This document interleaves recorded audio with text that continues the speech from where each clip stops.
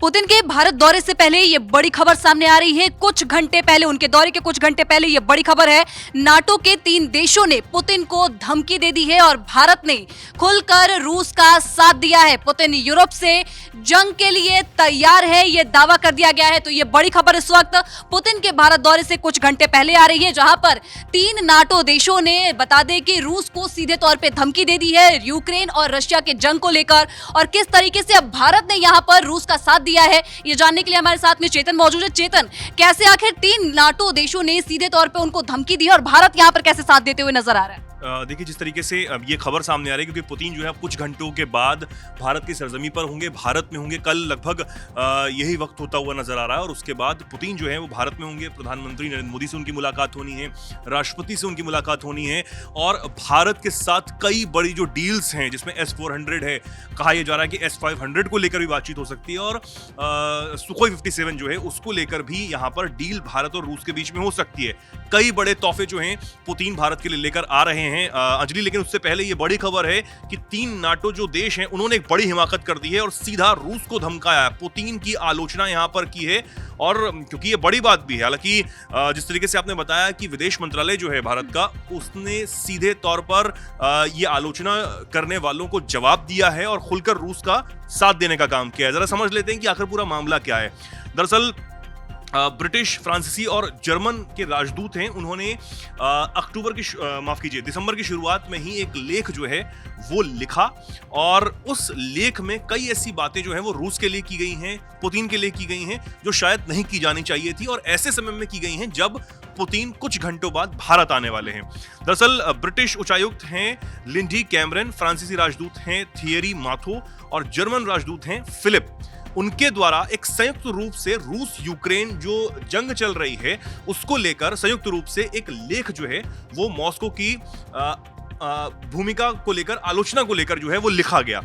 राजदूतों ने रूस पर शांति की जो कोशिशें हैं उसके दौरान हवाई हमलों को तेज करके इस युद्ध को और ज्यादा बढ़ाने, हवाई क्षेत्रों के पूरी तरह उल्लंघन करने और इसी के साथ साइबर हमलों और दुष्प्रचार अभियानों के जरिए जो भी अस्थिरता लगातार चल रही है रूस और यूक्रेन की जंग की वजह से, उसको लेकर खूब जो आलोचना की है और तमाम स्थितियों को कमजोर करने का एक आरोप सीधे तौर पर रूस पर लगाया है, पुतिन पर लगाया है।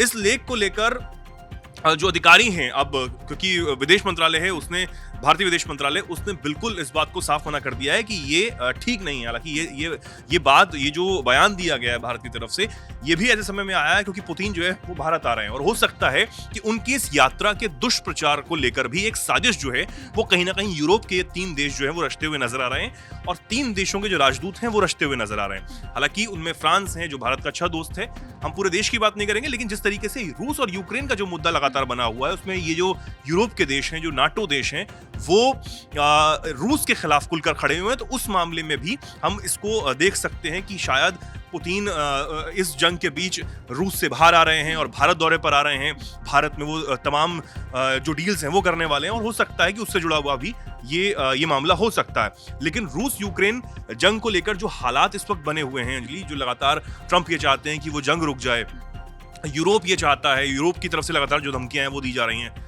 हालांकि रूस के जो पूर्व राष्ट्रपति हैं दिमित्री, वो इस बात को बार बार कह चुके हैं कि यूरोप पर अब हमें हमला कर देना चाहिए और पुतिन ने भी इस बात को अब समझा है और बयान दिया है, उस पर भी हम आएंगे। लेकिन आगे इस बात को समझ लेते हैं कि और क्या कुछ जो है वो कहा गया है, इस लेख में क्या कुछ लिखा गया है, ये भी समझना जो है वो बहुत जरूरी हो जाता है। इस लेख में यूक्रेन पर हमले के लिए पुतिन की कड़ी निंदा की गई है। लेख में ये लिखा गया है कि यूक्रेन पर जिस तरह से ड्रोन और मिसाइल हमले किए गए, ये शांति चाहने वाले किसी भी व्यक्ति की हरकतें नहीं हो सकती हैं। ये अंधाधुंध हमले कोई हादसे नहीं है, बल्कि रूस के निर्दयी होने का एक प्रतीक है।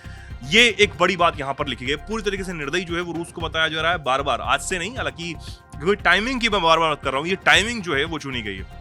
तो यूके, फ्रांस और जर्मनी के राजदूतों ने आगे ये लिखा है कि तीनों देश नाटो के सदस्य हैं और यूक्रेन को मजबूत समर्थन वो देते रहेंगे। पुतिन बार बार शांति बातचीत में बाधा बन रहे हैं, उसे टालने की कोशिश की जा रही है। हम सैन्य समेत हर तरह से यूक्रेन की सहायता के लिए उनके साथ खड़े रहेंगे, ये बात कही गई है। यानी कि साफ तौर पे सीधे सीधे तौर पे तीनों ही देशों ने ये कह दिया कि हम नाटो का देश है। कहीं ना यहाँ पे उन्होंने अपनी शक्ति का प्रदर्शन किया है और ये कह दिया कि हम हर तरीके से यूक्रेन का साथ देंगे, यूक्रेन अकेला नहीं है। तो ये सीधे तरीके से धमकी है दरअसल। और ये जो लेख की बात की है चेतन ने, अभी बता दें कि 1 दिसंबर को ये एक अखबार में छपा था, उसी अखबार में जिसका शीर्षक ये था कि दुनिया तो शांति चाहती है लेकिन जो पुतिन है वो नहीं चाहते हैं, वो शांति नहीं चाहते हैं रूस यूक्रेन को लेकर। चेतन, अब आगे पुतिन ने इस पर कोई प्रतिक्रिया अपनी दी है? देखिए, पुतिन जो हैं वो उन्होंने इस बार यूरोप को लेकर खास तौर पर एक बड़ी चेतावनी दे दी है, एक बड़ी धमकी उन्होंने भी दी है। उन्होंने ये बयान दिया कि हम यूरोप से जंग के लिए पूरी तरह तैयार हैं और उनकी हार तय है, शांति समझौते के लिए कोई भी नहीं बचेगा। ये एक बड़ी चेतावनी उन्होंने दी है। दरअसल रूसी राष्ट्रपति जो पुतिन हैं उन्होंने यूरोपीय देशों को ये कड़ी चेतावनी में जैसे कहा, उन्होंने कहा कि अगर यूरोप ने रूस के खिलाफ युद्ध को शुरू किया तो रूस पूरी तरह से जवाब देने के लिए पूरी तरह तैयार है, बिल्कुल चुपचाप नहीं बैठेगा रूस। साथ ही उन्होंने कहा कि रूस यूरोप से युद्ध नहीं चाहता, लेकिन अगर यूरोप युद्ध शुरू करता है तो मामला इतना जल्दी खत्म होगा कि बातचीत करने वाला कोई बचेगा ही नहीं। मतलब आप समझिए कि बिल्कुल जो कॉन्फिडेंट हैं वो इस वक्त पुतिन हैं और वो ये समझा रहे हैं कि जो कुछ चल रहा है वो हम संभाल रहे हैं, हम संभाल लेंगे। अगर आप इसमें पड़ते हैं तो आपको इसका खामियाजा जो है वो भुगतना होगा। साथ ही पुतिन ये भी दावा कर रहे हैं कि यूक्रेन में रूस पूरी तरह युद्ध नहीं लड़ रहा है, बल्कि सर्जिकल ऑपरेशन जैसे सीमित कार्रवाई जो है वो कर रहा है। अगर यूरोप के साथ सीधा युद्ध हुआ तो हालात अलग होंगे और रूस पूरी ताकत से यूरोप का जो है वो जवाब देगा। चाहे अब नाटो भी आ जाए इकट्ठे होकर, तमाम जो यूरोप के देश हैं वो आ जाए, कोई फर्क नहीं पड़ता रूस को। जो जंग है वो अब और ज्यादा खतरनाक होगी, भीषण होगी। और अब तक तो आप यूक्रेन को बचाने आ रहे थे, अब आपको बचाने वाला कोई नहीं होगा, ये पुतिन की तरफ से कहा गया है। और पुतिन जो है वो मैं दोबारा कह रहा हूँ कि कुछ घंटों बाद जो है वो भारत की सरजमी पर होंगे, प्रधानमंत्री से मुलाकात होने वाली है। भारत के साथ एक अलग बॉन्डिंग है, एक अलग जो रिश्ता है वो रूस का है। लेकिन उससे पहले जो लगातार यूरोप की तरफ से चाहे उनको धमकी आ रही हो या फिर वो अब ये बात नाटो देशों को, यूरोप देशों को कह चुके हैं कि अब आपने अगर जंग शुरू की तो ये गलती आपकी होगी और आपकी तरफ से आपके लिए कोई भी खड़ा नहीं होने वाला है, ये उन्होंने साफ कर दिया। ठीक है, बहुत बहुत धन्यवाद चेतन। तो जिस तरीके से ये देखने को मिला कि किस तरीके से जो ये पूरा मामला है यूक्रेन और रशिया का, जो युद्ध का असल मामला है वो नाटो लेकर है। तो अब कहीं ना कहीं नाटो देशों ने खुलकर ये बात कह दी है कि भैया हम नाटो देश हैं और हम खुलकर यूक्रेन को सपोर्ट करेंगे। और इसी को लेकर अब ये भी कहा जा रहा है कि कहीं ना कहीं ये जो पूरा मुद्दा जो है जिसको भड़काया गया है कहीं ना कहीं इसलिए क्योंकि वो भारत दौरे पर आ रहे हैं, कुछ घंटों में वो भारत में होंगे। तो अब ये देखना होगा कि जब पुतिन भारत दौरे पर होते हैं तो उस दौरान और क्या क्या प्रतिक्रियाएं सामने आती है और किस तरीके से ये पूरे यूरोप देश की राजनीति जो है सामने आती है। इस पे पूरी जानकारी के लिए हमारे साथ बनी रहिएगा। तब तक आपकी इस पूरे मुद्दे पर क्या राय है हमें कमेंट सेक्शन में जरूर बताइएगा और देश दुनिया के तमाम जानकारी के लिए देखते रहिए दैनिक जागरण।